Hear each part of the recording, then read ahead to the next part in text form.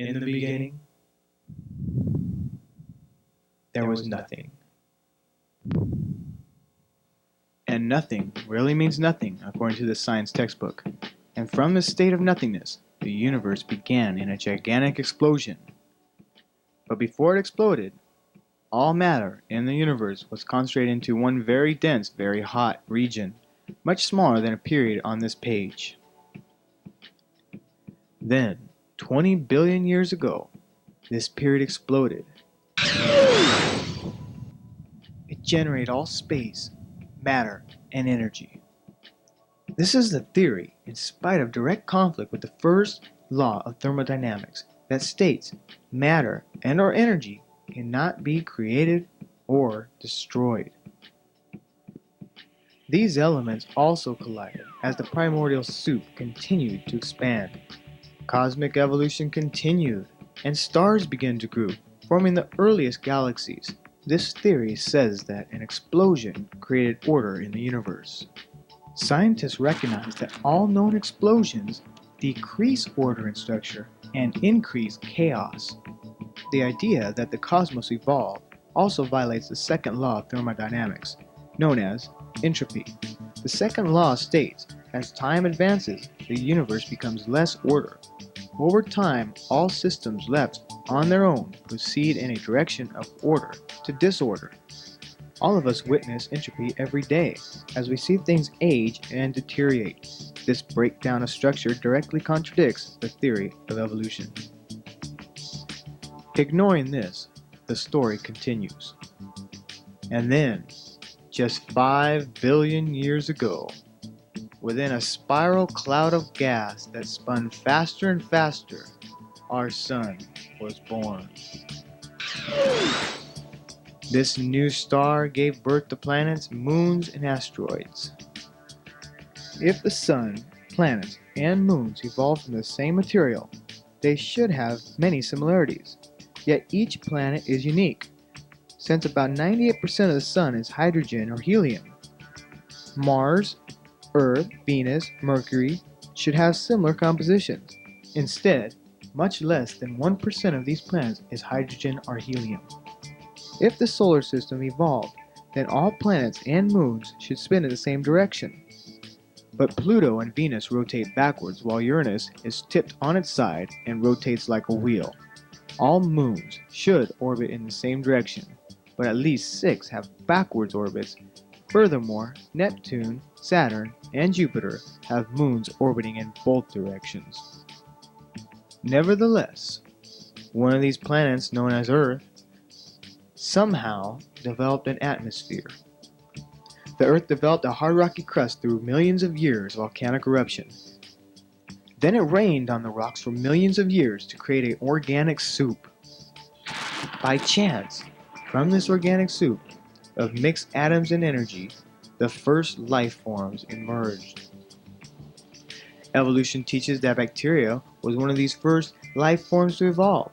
Many bacteria propel themselves from a type of miniature motor called a flagellum. These extremely efficient reversible motors rotate up to 100,000 revolutions per minute. The bacterial motor is similar to an electronic motor. It has a filament that acts as a propeller, a universal joint, a stator, a rotor, and a drive shaft with bushings. Each part of the motor must function or the bacteria will die. Since bacteria can start, stop, change direction, and speeds, they must have sophisticated sensors, switches, and control mechanisms. All of these highly miniaturized. 8 million of these motors would fit in a crosshair sectional area of a human hair. While bacteria are small, they are not simple. It is estimated that the probability of the proteins of an amoeba could arise by chance is 1 chance in 10 to the 40,000th power. This theory that life arose from non-living chemicals is called spontaneous generation. One of the fundamental laws of biology is the law of biogenesis, that life comes from only pre-existing life. Nevertheless, the story continues. Then through millions of years of mutations and natural selection, these so-called simple life forms evolved into algae, flatworms, and jellyfish. This evolution from one species to another is called macroevolution. As macroevolution supposedly continued, fish appeared in the seas. Some of these fish evolved into amphibians, and through natural selection and macroevolution, they changed into reptiles. A segment of these reptiles evolved into a variety of creatures, including mammals. Some of these mammals evolved into primates, and then, just 600,000 years ago, an isolated group of these primates evolved into man. Grandma? Grandpa? Macroevolution is assumed. It has never been observed. We have never seen rocks evolve into dogs or roses. It is religious as well. It takes a giant leap of faith and logic to believe this. Microevolution is science since it can be observed, and it is also in the Bible. We can observe variations within the same kinds of life forms. This textbook says that this is an early ancestor of modern human beings, a real good example of macroevolution. Here's another good example of macroevolution. Again, this is not science, this is faith. Science, defined by Webster's, is knowledge derived from observation, study, etc. Macroevolution has never been observed, therefore it is not science. If macroevolution was true, we would be able to observe it, which no one has, or we would be able to find intermediate links in fossil records. Darwin himself admits this in his book, Origin of Species. Intermediate links.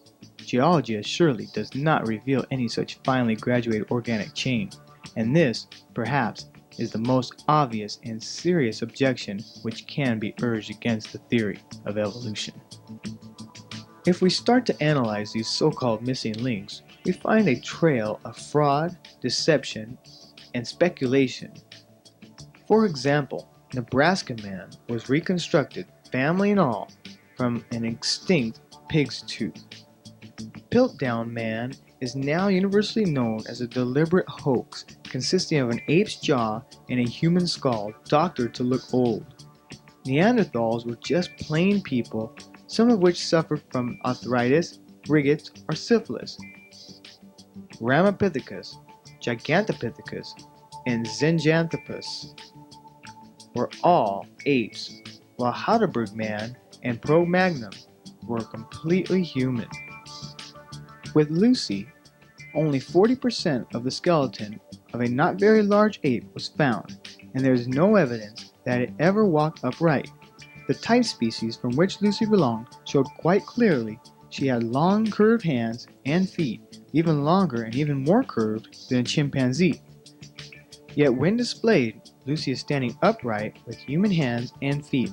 Several distinguished anatomers have reached the conclusion that, for example, Australopithecus, the type species to which Lucy belonged, showed Lucy to be simply an extinct ape. So despite evolutionists' misleading claims, the missing link is still missing. If we've evolved this far, surely we have more evolution to go. According to evolutionists, all the matter and energy will once again be packed into a small area, no bigger than a period at the end of the sentence. And then, another Big Bang will occur. Before 1963, the average textbook had 2,000 to 3,000 words in it. After 1963, the average textbook jumped up to over 33,000 words. In 1963, they took prayer and the Bible out of the public schools and filled our textbooks with another religion, evolution. Yes, evolution is a religion. You have to have faith to believe in it. If it's religion, then why is it being taught in our schools? 1963 is when sexually transmitted diseases began to climb for kids 10 to 14 years of age. 63 is when divorce rates began to go up. 63 is when violent crimes began to increase nearly 1,000%.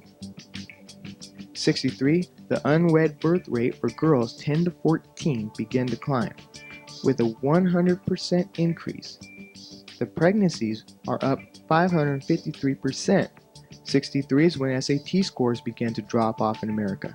In 1995, they had to dumb down the tests. Since 1963, the teen suicide rate has gone crazy. Barbara Reynolds, a liberal journalist, figured it out. She wrote, "Do your kids go ape in school? Here's why. They're being taught evolution." This textbook says you're an animal and share a common heritage with earthworms. Adolf Hitler said if you tell a lie long enough, loud enough, and often enough, the people will believe it. He said people are more likely to believe a big lie than a small one. For 2,000 years it was taught that heavy objects fall faster than light ones. Galileo proved all objects fall at the same speed. This is a good example of how some things that are thought and taught to be true are sometimes actually false. Amazingly, the Bible is the one book that we find insights about the physical universe that the scientific world has only recently discovered. For instance, in the book of Jonah, we read, "The water compassed me about, even to the soul. The depths closed me round about. The weeds were wrapped about my head. I went down to the bottoms of the mountains." In this amazing verse, we are told that there are mountains on the ocean floor. Yet scientists did not know this until this century. In the book of Job, Job proclaims God hangs the earth on nothing. While many holy books declare that the earth sits on the backs of turtles or elephants or is held up by Atlas, the Bible alone declares what we now know to be true. We also read, "By faith we understand the worlds were framed by the word of God, so that the things which are seen were not made of things which are visible." Only recently have scientists discovered that everything in the universe is made up of subatomic particles that are indeed invisible to the naked eye. Certainly these authors were inspired by the creator of the universe. Many other scientific insights were revealed in the Bible centuries before man discovered them. For example, atomic fission, oceanic currents, the hydrologic cycle, the jet stream, dinosaurs, and innumerable stars. We know when Columbus made his trip to discover India, many were afraid of falling off the earth. But in fact, if they would have read their Bibles, they would have read that Isaiah talked about the circle of the earth and declared centuries before Columbus that the earth is actually round. George Washington was bled to death in 1799 by his own doctors, when all along the Bible declared, "For the life of the flesh is in the blood." As you can see, scientific theories have been proven wrong, while the Bible is continually being proven right. Is the family tree that you have put your faith into look like this?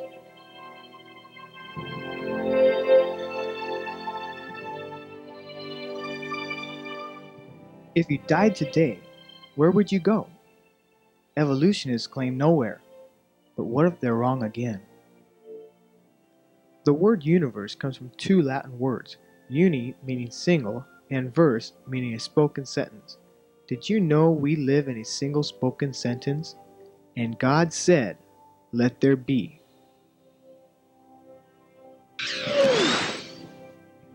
And here we are.